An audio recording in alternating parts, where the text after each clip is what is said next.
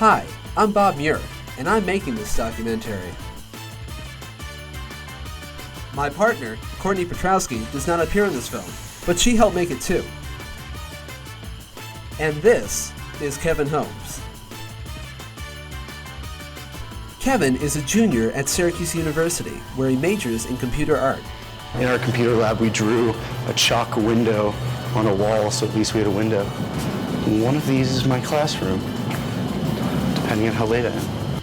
But above all, Kevin plays games. Card games, to be exact. In high school, I was something in the competitive card club, just something we formed, and essentially the rule we had is if you showed up to the tournament, to the club, and said, I want to play this card game, within a week I would learn it, have a deck, and play you, and try and defend my title in every card game. And the last time we counted, there was 31 different card games that I knew all the rules for. Can't be reluctant if I make you! Oh! Okay, now which one do you discard?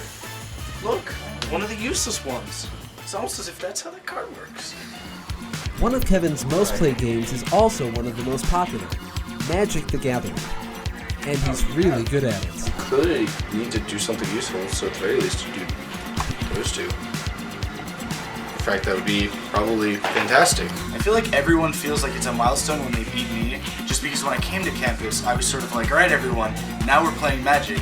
So everyone dug up their own Magic cards, bought some Magic cards, learned how to play Magic. And so everyone, it feels like in tournaments and stuff, everyone's always like, alright, I'm gonna beat Kevin. Beat Kevin? Hey, I've got a crazy idea. All right, so Kevin is in the auditorium. He's playing Magic with a bunch of people, and I'm just going to go in and sit down and try and figure out exactly how to play the game of Magic the Gathering. What I'm hoping for is, like, once I sort of got a better feel for the game, I'm going to challenge him to a game of Magic. Like, not right now, but in the future. So we'll see how he takes it, how people respond to that. Out in our campaign that explains things that you can do. There's unfortunate orders.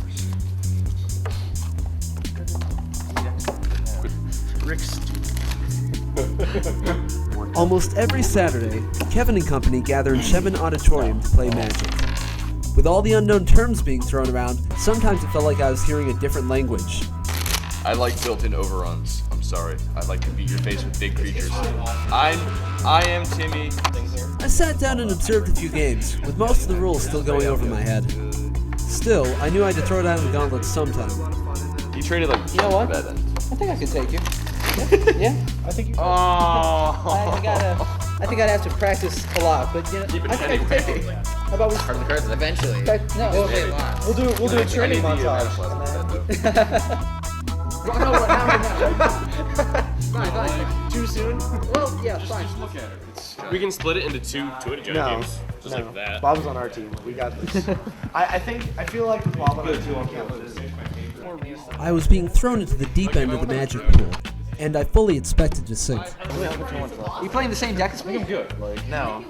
His is better. Mine's better. No, I don't know. No, it's not. We were playing a 4-on-4 team game, so I had people to help me out. But every card did something different. And by the end, Kevin was basically playing my hand. To be honest, when I first started playing card games and tabletop games, I was really little, and my older cousin had a bunch of Magic decks. And I thought it was really interesting that I could go visit my relatives and not be bored because of this card game. I went to school at a school far away from my home school. I got there about 2 hours before class every day, and my bus left about 3 hours after school ended every day. So there's about a 5-hour time gap that I need something to fill. Just card games.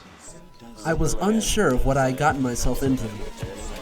Do you think I have a chance to beat Holmes? You? Yes. Without knowing the game? Very low.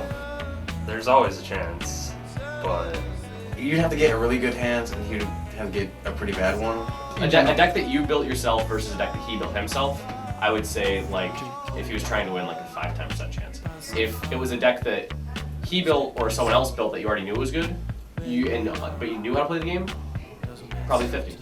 Even if you did a lot of training, he's still really good. So even if you're like on level with him, it'd still be like 50-50. Or well, 40, because you want to make it slightly more misplays than he will, just because you are not as familiar with it. I've been playing for a while. I miss things and like one little mistake can cost you like the entire game. It's possible, but it's just a really low chance.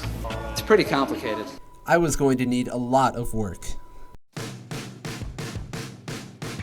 I'm not really good at Magic at all, so I need a lot of training. And so I have been given a deck. This is Nick's deck, right?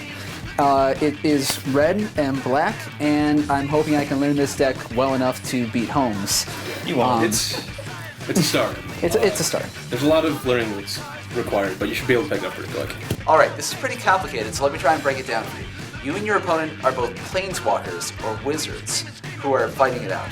You both start the game with 20 life, and the object of the game is to bring your opponent down to 0 life. You start the game by drawing 7 cards, and then you cut the deck to show a random card to decide who gets to go first. On your turn, before you can play any real cards, you have to be able to pay for them with mana.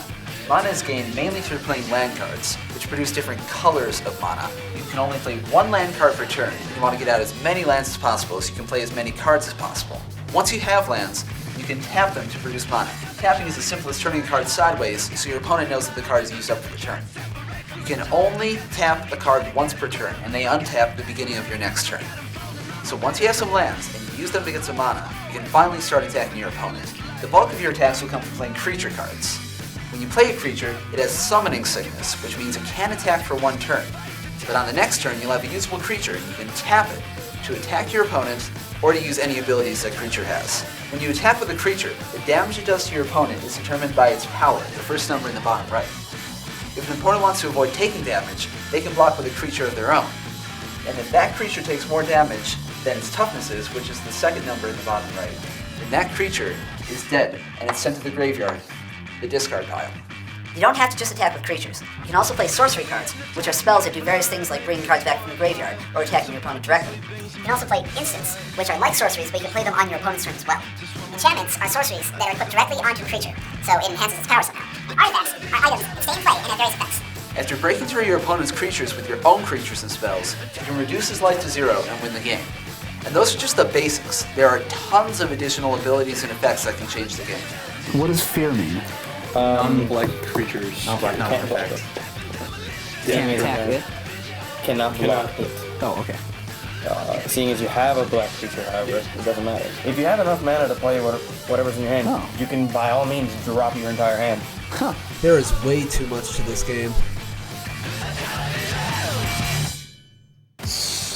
We probably have a couple thousand cards just sitting on the floor. Uh-huh. It's just when people get cards, they just throw them at us because then they come and make decks with them. Like,